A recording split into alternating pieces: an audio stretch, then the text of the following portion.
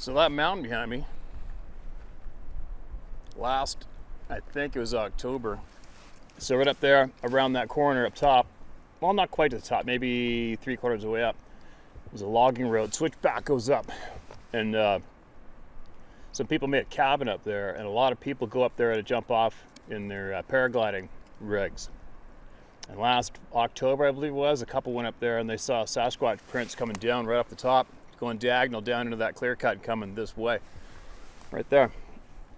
And also, to give you a bird's eye view of up there, that is where I took this photograph of me standing on the stump. Actually, I was making videos up there, and that's basically right where I was standing, maybe within a couple hundred yards where that being came down off the top and was angling from my right in the photo down to go past an angle that way. Thought I'd give you that little tidbit. There's a lot of sightings in this valley right here. A friend of mine was jogging that way, about maybe a kilometer that way.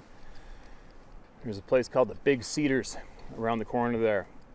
And he was jogging through there and something was paralleling him in the forest, scaring the shit out of him. Doesn't know what it was. And this guy's seen a lot, believe me. He's very A-type. But anyway, there's a couple of tidbits for what's behind me. There's a lot of moose behind me. There's mountain goats back in here. Grizzly bears, black bears, wolves, deer, wolverine. Yeah. Pitt Lake River, Northern Washington State, Mount Baker area. I don't care if you use my name. I'm not much of a typist, and I never went to college for an English degree. My father's side came from England to Canada in the 1800s. I was later told most of my family were born in the St. Mary's Hospital in New West, where my father later tore down that hospital with a wrecking ball. Irony. My grandfather joined the Canadian Navy, who in his words said they were scattered and mismanaged, so he came to the United States and joined the U.S. Navy, and his job is to transport troops from New York to England. He mentioned the trip over he had never seen so many men seasick in his life. Some have never seen the ocean. After the war, he purchased equipment and started clearing roads for the province for logging. My father, growing up, even had a pet black bear, which always laid in the equipment, and they had to wake my father up as a child to get him off the machinery. My grandfather talked about buying a 30-foot liveaboard and going up the Pitt River to the lake and seeing creatures standing in the water where a man could not stand over the water, would be over their head. Back in the 1970s, my parents had a Studebaker bus, and my father worked for a logging company in Northern Washington State, and a creature one night came and rubbed the bus as a boulder was rubbing against it. In the morning, there were no tracks in the soft gravel sand. She mentioned that the smell was something she will never forget, and they were 40 miles from a paved road. This is not the first encounter. There's a lot of activity in one area I know about, just hard to get to now. In the 80s, a sheriff down here came to a man's house from a call, and a man was torn apart limb by limb as a grizzly did the damage, but here we only have black bears. He reported it was an animal who killed him, so we did not have the crazies come out and flood the area with stupidity.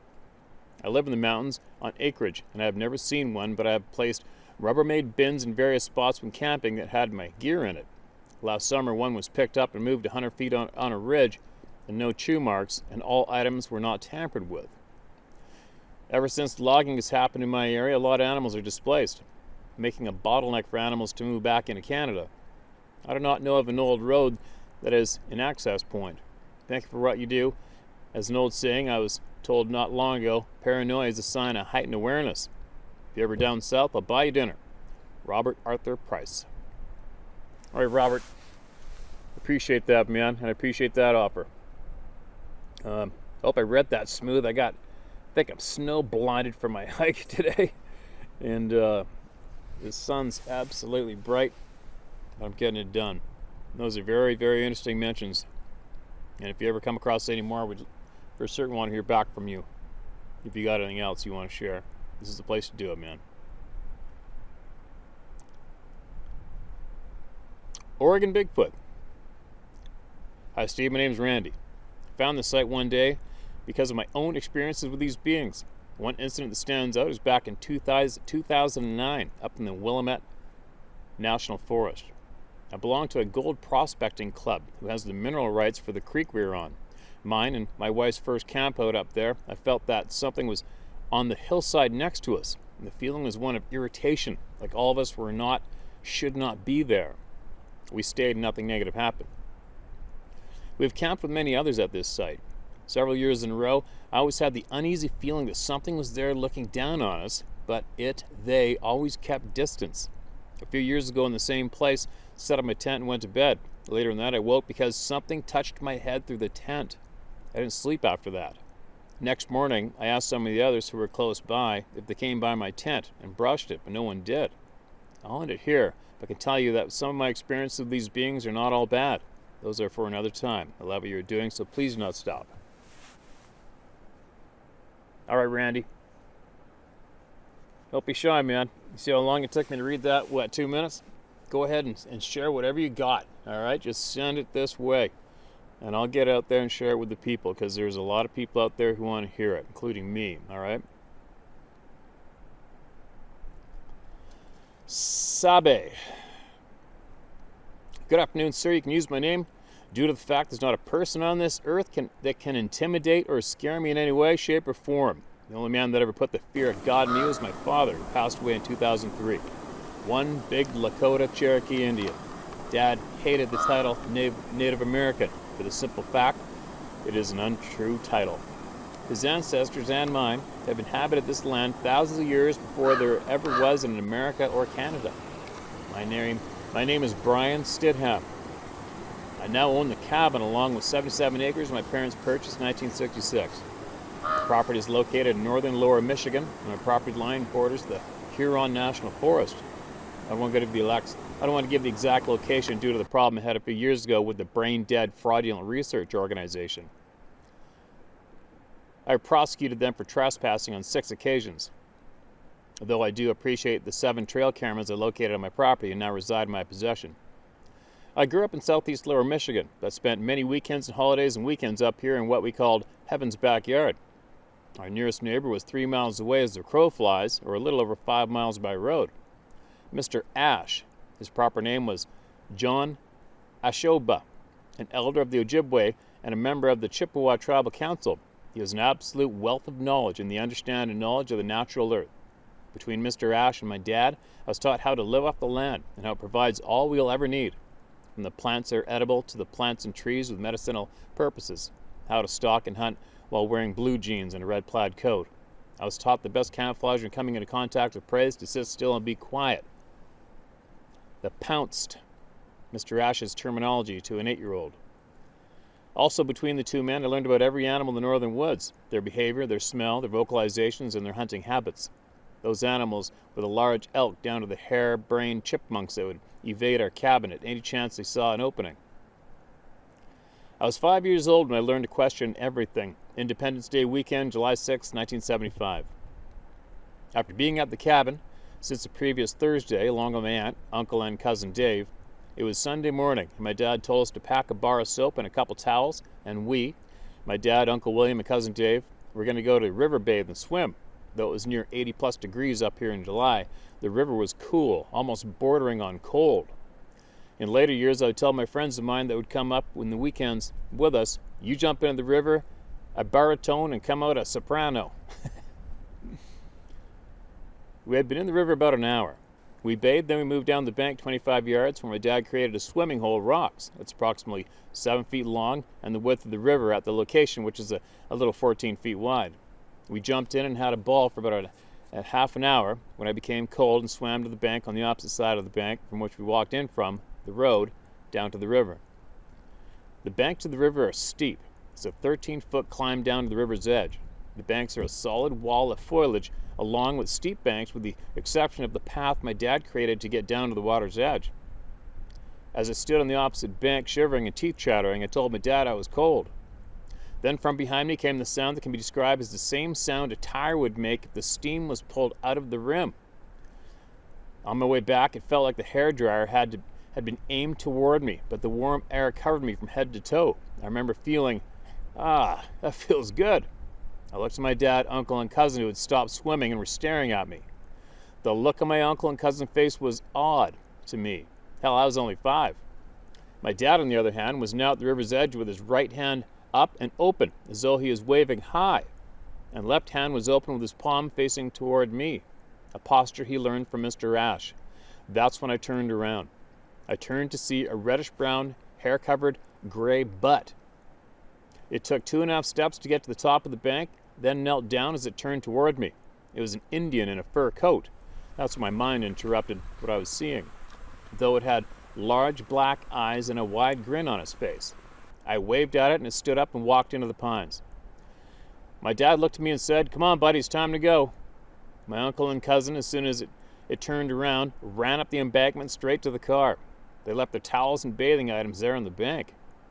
My dad held me as we got across the other side of the riverbank, put me down, and collected all the items my uncle and cousin left behind. He told me to go up to the car. The walk from the road to the river was 50 yards or so. When I made it to the car, my uncle and cousin were locked in the car. Dad had the keys. He had popped the trunk and threw all the items in and unlocked the car for us. I got in the back seat with Dave, and he still looked odd. He said, "What was that?" I was bewildered and said, "What?" This is when my uncle told my dad to get our asses back to the cabin now. I told Dave, "What, the hairy Indian?" My uncle turned and looked at me and raised a voice and said, "That was no Indian." I was truly confused. That's exactly what I'd seen, a big, hairy Indian. Then my dad said in a plain, matter-of-fact tone, "Nobody that wasn't an Indian, that was a Sabe," pronounced Sabe.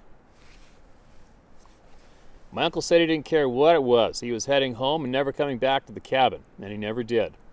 Uncle William packed up his van, and as soon as we got back to the cabin, told my aunt they were leaving, and they were leaving now. He didn't tell her what they'd seen, and he didn't tell her what they had seen until they were on the freeway headed home. Here's the hilarious part. My aunt laughed at him after he told her. Years before, I don't believe I was born, she had come up and seen 2 Sabe while picking blueberries. She knew about them. After they had left, Dad had a ham radio that he used to contact the folks in the area. He got a hold of Mr. Ash and asked him to come by. Mr. Ash was there in 10 minutes. He must have flown to get there. He was told what happened. That's when my dad said it wasn't an it was a female. Mr. Ash patted me on the head and said that I had been blessed. I had no idea what that meant for a long time. My dad told Mr. Ash, "Tell him." Mr. Ash said, "Today you have met Sabe. They are people that live in the woodlands and swamps. They have been here longer than us. Sometimes they have been very good to us, and sometimes they can be very bad. They have what we lost in time. They have what we have lost to time, an instinct to understand all natural things." He then went on to say, "The Sabe is part of the Chippewa, Ojibwe 7 grandfathers' teachings. The Sabe represents honesty." Years later, I asked the question, "Why honesty?" Mr. Ash said plainly, "With the Sabe, you get what you get. There's no in between." I would also learn why I wasn't afraid that day by the river. Mr. Ash said, "The Sabe know your heart. They can sense your character." I later learned that meant they know our intentions. Forgive me if this is too long.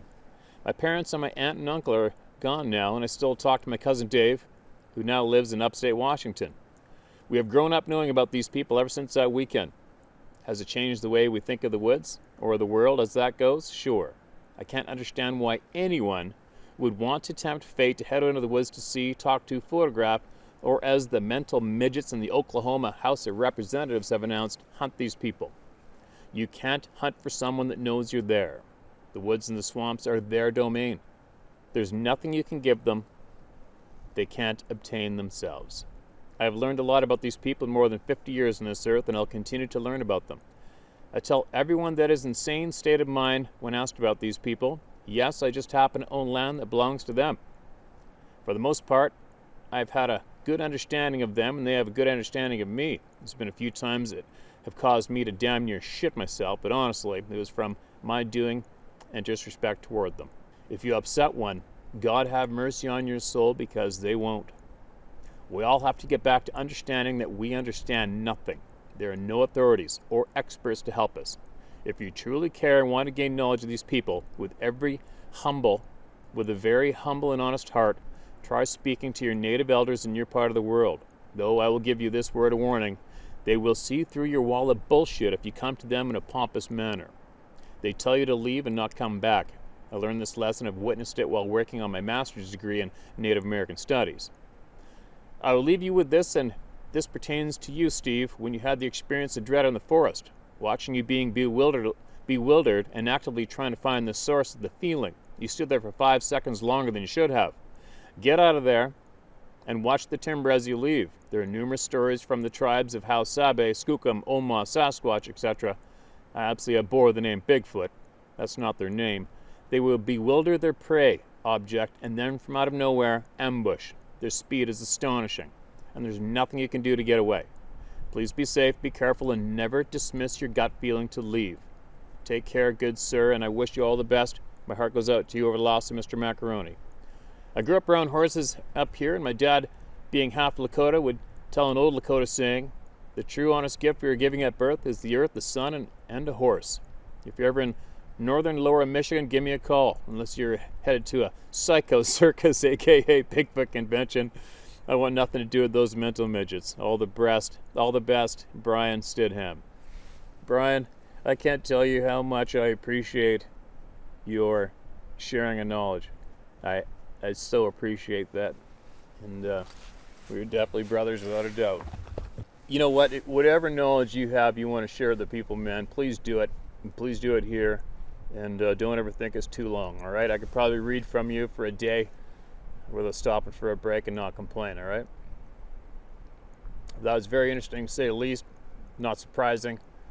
Yeah, I learned about my gut feelings a long time ago. I also learned on my own that these beings know exactly what's going on at all times, and I learned at an earlier age that I was absolutely convinced that these beings know who you are the second you step into the woods. And maybe that's probably why it's giving me a little more confidence than normal, as I keep going up on myself, and I don't stop living my life to the fullest anyway, right? But to all you people who are self-proclaimed researchers or even self-proclaimed experts, I hope you listen to this man speak and take heed to his words, man. Knowledge is gold. That was a good one. That was a good chunk of knowledge shared. But yeah, if you can, Brian, share more, all right? Share more whenever you feel like it. And if I am ever in the neighborhood, you can be rest assured I will be getting a hold of you for certain.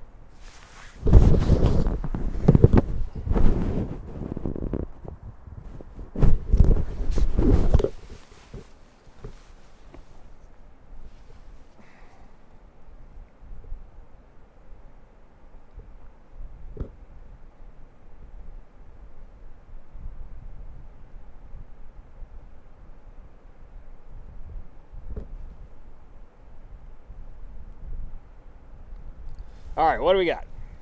Follow-up. Hey Steve, the following is a series of events that have taken place since my daughter and her friend had their daylight sighting of one of those things about 4 years ago. They are not in order because some of them were not recognized for what they were at the time they occurred, causing us to estimate when they happened. They are spread over the past 3 to 4 years, continued down to today. As one of your viewers wrote, it seems that if you see one of these things, they tag you. Both women live over 20 miles from the sighting. Both live within a few miles of each other. Both live in residential areas with neighbors literally a stone's throw away. Both properties are bordered on one or more sides by woods. I'll start with my daughter's friend. Vocalizations and a tree pushed over. Number 1, trees pushed over. 2 healthy trees were pushed over on a property. Additionally, another one was uprooted and hung from another tree. The roots were suspended 3 feet off the ground. This is in an area her dogs refused to go into. One of the tree pushing incidents was particularly concerning. One day she was picking berries from a bush on the side of her driveway. Upon filling her bowl, she went into the house. Her husband, who was working on the other side of the house and out of sight, came and asked her when the tree fell over. Not knowing what he was talking about, she went outside. Sure enough, there was a tree pushed over and partially blocking the driveway. Her husband had to use his truck to move it. The troubling part is that the tree was pushed onto the berry bush right where she had been standing.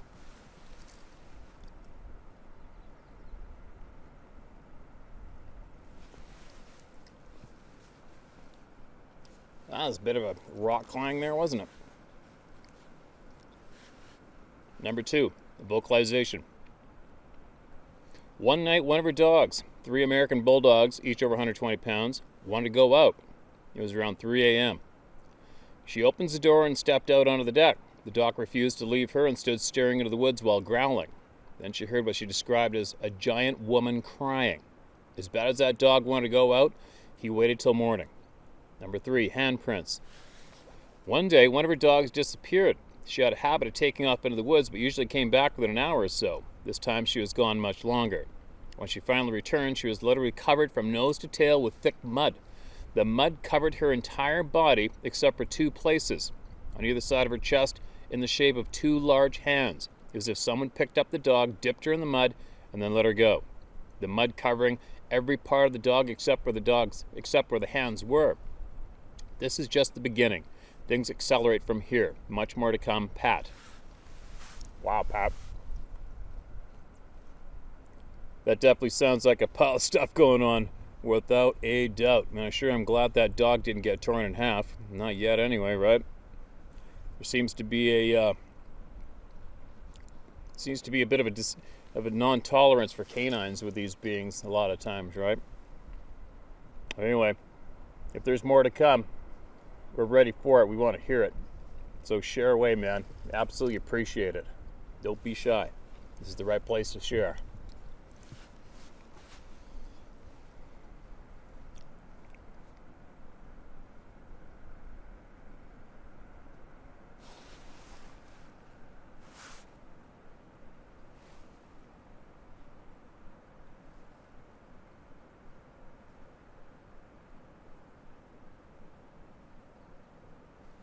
Okay, I definitely hear something up in the timber right there. Whatever, could be snow melt, but I'm hearing something as I'm reading. I don't know if anybody heard that rock clank a second ago, but whatever is what it is. I don't give a shit. Bring it. No time for being nervous. Hi, Steve. My journey with these beings began in the mid-'70s here in eastern Panhandle, West Virginia. My grandpop ran a trap line for foxes, raccoons, possum, skunk, mink, and muskrats. I was between the ages of 5 to 8 years old at the time. I tagged along with Pop and my uncle when they checked the traps daily. We butchered quite a few hogs every fall and used the lungs to trap the baits. We would find trail and hang a piece of the lungs over the trap that was placed underneath. We would then move farther down the trail and set another one. We set at least 8 to 10 down the trail to cover the length of it. We caught quite a few foxes, raccoons, and a possum over the next several weeks. One morning we were checking the traps and discovered the first one in line had been destroyed. A dual spring leg trap torn completely apart. Bait gone, trap destroyed.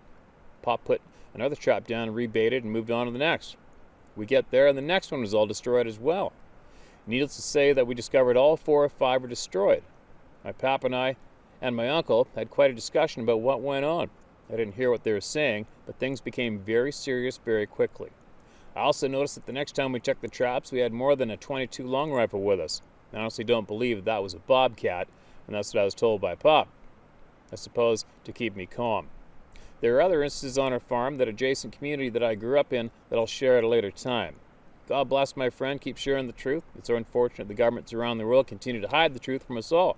Forums like yours will change all of this. Brad Arvin. Brad, thanks for sending that in, man. And you get a chance next time, make sure you share as much as you can, all right? Because I miss a lot of emails, and it almost puts you in the back of the line, which could be months, but unfortunately. So you guys get a chance, send in your email, man, because we want to hear from you. We want to hear from every one of you. And another thing, too, is I'm going to make a note, is quite often people will send me an email, I'll crack it open, and they'll say, I just want to see if this is the right email to send something. And I see it, and I shuffle to the next email because I'm looking for people's experiences that are mailed in and need to be heard. And I don't have time to be replying to those emails. I just don't. Sometimes I do, and I say, yep, go ahead, let her rip. And then I carry on, but usually I'm too busy. And I'm almost impatient in a way because I'm like, oh, you just blew it. Because you blew your chance of sharing what you had. So in the future, if any of you are listening, please don't email me and ask me if it's the correct place to send an experience, because that might be your only chance to get it read. Okay, just if you got something to share with me, type it out, email it.